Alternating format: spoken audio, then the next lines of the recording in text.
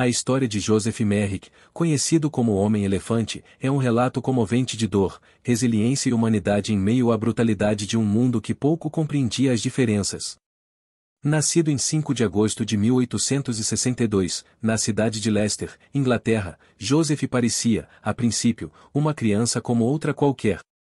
Porém, aos 5 anos, começaram a surgir os primeiros sinais de uma condição rara que transformaria seu corpo em um enigma tortuoso.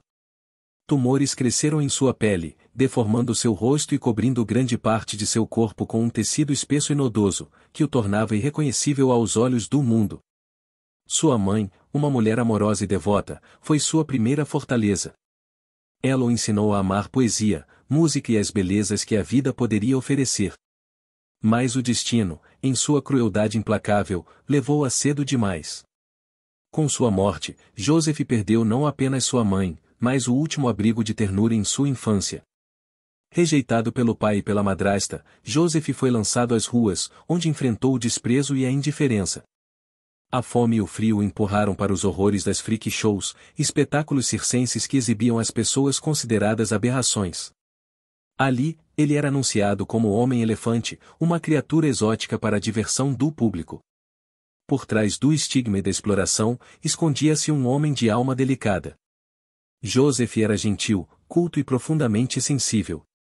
Ele ansiava por compreensão e afeto, mas recebia olhares de horror e sussurros de repulsa. Foi então que o destino, em um ato de rara generosidade, colocou em sua vida o Dr. Frederick Treves, um médico que enxergou em Merrick algo que ninguém antes havia visto, um ser humano. Treves o acolheu no hospital de Londres, onde Joseph finalmente encontrou um lar. Ali, protegido da crueldade do mundo exterior, ele floresceu.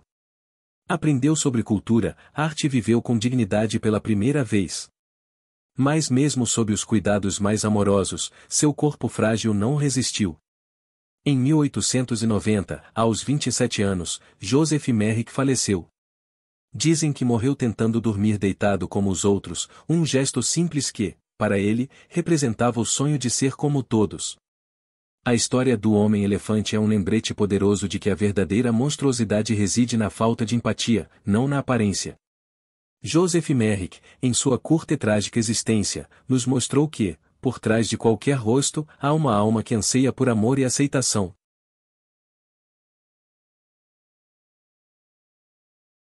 Myrtle Corbin nasceu em 12 de maio de 1868, no Tennessee, trazendo ao mundo uma singularidade que a tornaria inesquecível. Desde o primeiro choro, sua chegada já era um mistério da natureza.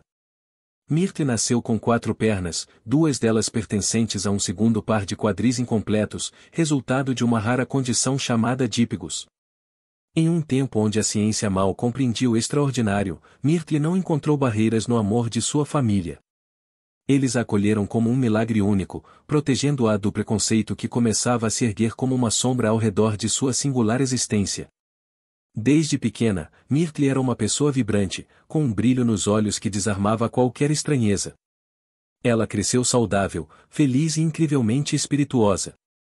Com o apoio de seus pais, logo percebeu que o que a diferenciava também poderia ser sua maior motivação. Aos 13 anos, Myrtle entrou para o mundo dos espetáculos circenses, tornando-se uma das atrações mais famosas dos chamados freak shows.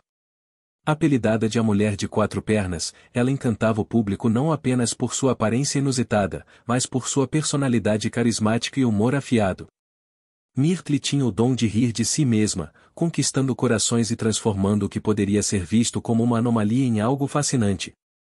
Durante suas apresentações, ela se vestia de forma elegante, sempre com um sorriso confiante.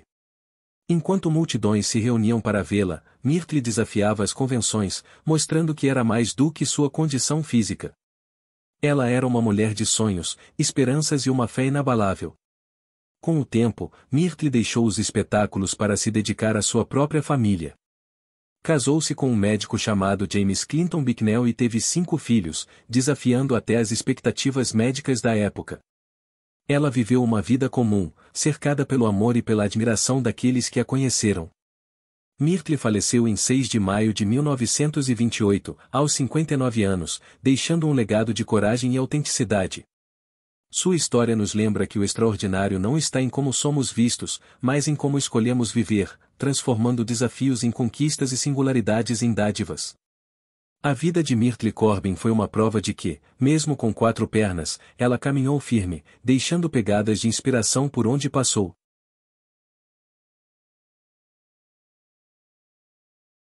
Lionel, o menino leão, nasceu como Stefan Bibrowski em 1891, em um vilarejo tranquilo da Polônia. Desde o primeiro momento, sua chegada ao mundo foi cercada por um mistério que a ciência ainda lutava para desvendar.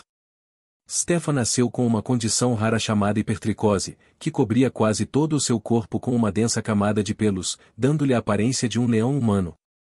A mãe de Stefan, consumida pelo medo e por superstições, acreditava que sua condição era o resultado de um incidente ocorrido durante a gravidez, quando ela testemunhou um ataque brutal de um leão. Assim, Lionel carregou desde cedo o peso de sua aparência e da rejeição que a acompanhava. Ainda criança, Stefan foi apresentado ao mundo dos espetáculos circenses. Um empresário visionário viu nele não apenas uma raridade, mas uma oportunidade de fascinar e comover multidões. Foi assim que ele recebeu o nome artístico de Lionel, o menino leão. No circo, Lionel transformou sua diferença em espetáculo. Sua longa juba dourada e sua pele aveludada o tornaram uma figura quase mítica. O público, que primeiro o encarava com assombro, logo se rendia à sua doçura. Lionel era gentil, educado e falava com a graça de quem sabia que seu verdadeiro valor estava além do que os olhos podiam ver. Ele viajou pelo mundo, apresentando-se em arenas e feiras, conquistando admiradores por onde passava. Nos palcos, ele encenava o papel de fera, mas nos bastidores era simplesmente Stefan. Um homem tranquilo, amante das artes e da música, que sonhava com um mundo onde fosse visto além da pelagem que o cobria. Na virada do século, Lionel encontrou sua maior fama nos Estados Unidos, integrando o famoso circo de Barnum e Bailey. Lá, ele dividia o palco com outras almas extraordinárias, unidas não pelo que as fazia diferentes, mas pela coragem de enfrentar um mundo que as rotulava. Com o tempo, a vida no circo perdeu o brilho, e Lionel decidiu viver uma vida mais discreta. Ele se retirou dos holofotes, levando consigo histórias de um mundo que ora o venerava, ora o tratava como um enigma. Lionel faleceu em 1932, aos 41 anos, em Berlim. Sua jornada foi uma prova de que, mesmo quando o mundo tenta nos transformar em espetáculo, nossa essência sempre brilha mais forte. Ele não foi um leão apenas em aparência, mas em coragem. Enfrentou os olhares, os sussurros e a solidão, vivendo com a dignidade de quem sabe que o extraordinário é ser humano em um mundo que muitas vezes esquece o que isso significa.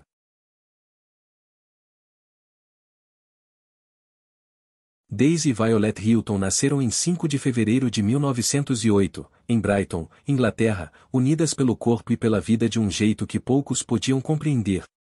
As gêmeas chifópagas vieram ao mundo conectadas pela base da coluna, mas eram independentes em espírito, cada uma com sua própria personalidade brilhando como estrelas gêmeas no mesmo céu. Sua mãe, uma jovem solteira, aterrorizada pelo estigma social e pela complexidade de criá-las, entregou as meninas aos cuidados de Mary Hilton, a parteira que as trouxe ao mundo. Contudo, a bondade que Mary demonstrava em público logo revelou ser um véu para a exploração.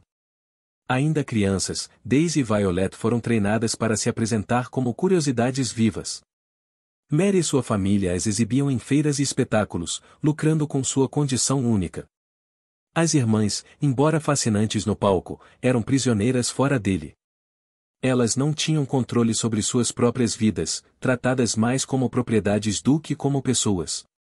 Quando Mary faleceu, as gêmeas passaram para as mãos de seus filhos, que continuaram a explorá-las. Elas aprenderam a cantar, dançar e tocar instrumentos musicais, tornando-se estrelas nos espetáculos de vaudeville, nos Estados Unidos. Embora sua fama crescesse, a liberdade permanecia distante. Foi só na juventude que Daisy e Violet conquistaram sua independência por meio de uma batalha legal, rompendo as correntes de controle que as prenderam por tantos anos. Finalmente livres, as irmãs usaram seu talento e carisma para brilhar como artistas completas, não mais como curiosidades. Na década de 1930, chegaram a Hollywood, estrelando o filme Freaks, de 1932, um marco no cinema que humanizava aqueles que a sociedade marginalizava. Elas se tornaram ícones de resiliência, enfrentando o preconceito com graça e coragem. Apesar do sucesso inicial, a vida foi dura para Daisy e Violet. A fama desbotou, e o dinheiro escasseou. Elas trabalharam em shows menores, e eventualmente, em empregos simples para sobreviver. Mas, mesmo diante das dificuldades, permaneceram unidas, como sempre estiveram, enfrentando cada desafio com a força de quem nunca conheceu a solidão. Daisy e Violet faleceram em 1969, encontradas em sua casa, ainda conectadas, inseparáveis até o fim. Sua história é uma mistura de dor e triunfo, de exploração e liberdade. Elas nos lembram que, mesmo nas condições mais incomuns, o amor e a união podem florescer, mostrando que a força humana vai muito além das aparências ou circunstâncias.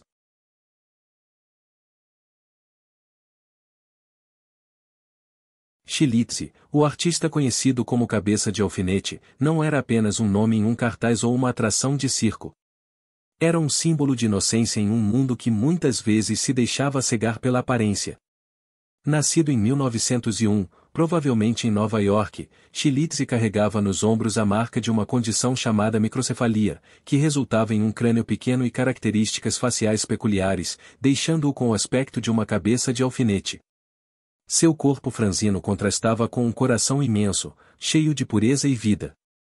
Desde cedo, o destino o lançou nos braços do espetáculo. Em uma época em que a ciência pouco compreendia o diferente, Chilitzzy encontrou seu espaço sob as luzes dos palcos e das lonas de circo. Ele passou a ser uma das figuras centrais nos freak shows, apresentados como uma curiosidade viva, um ser de outro mundo. Era anunciado com exageros, como o último dos astecas ou a criança da natureza, apelidos que alimentavam a fantasia do público e disfarçavam a humanidade daquele que sorria no centro das atenções. No circo, Chilitzzy usava vestidos coloridos, não por capricho ou crueldade, mas por necessidade. As roupas femininas eram mais práticas para seu pequeno corpo e facilitavam seus cuidadores. Sua figura, delicada e quase etérea, era emoldurada por um sorriso constante e por olhos que brilhavam como estrelas. Chilitzzy não precisava de palavras para se comunicar. Seus gestos simples e sinceros encantavam todos ao seu redor. Ele adorava dançar, rir e interagir com as pessoas, como uma criança que via beleza onde os outros enxergavam espanto. Sua fama cresceu. Chilitzzy trabalhou em grandes espetáculos como o Barnum e Bailey Circus e o Ringling Bros Circus, viajando pelos Estados Unidos e cativando plateias que vinham vê-lo com curiosidade, mas saíam tocadas por sua doçura.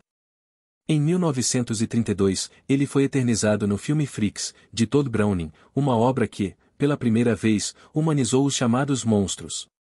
No filme, Chilitzzy brilhou, não por suas peculiaridades físicas, mas pela autenticidade e inocência de sua presença. Mas o mundo do espetáculo também escondia suas sombras. Quando as cortinas se fechavam e os holofotes se apagavam, Chilitzzy era, por vezes, entregue à solidão. Após a morte de seu cuidador, ele foi institucionalizado em um hospital psiquiátrico, onde, sem o brilho dos palcos, parecia uma estrela esquecida. No entanto, o destino ainda aguardava um ato final de ternura. Um funcionário do hospital, tocado pelo espírito alegre de Chilitzzy, conseguiu devolvê-lo ao mundo do circo, onde ele reencontrou seu verdadeiro lar.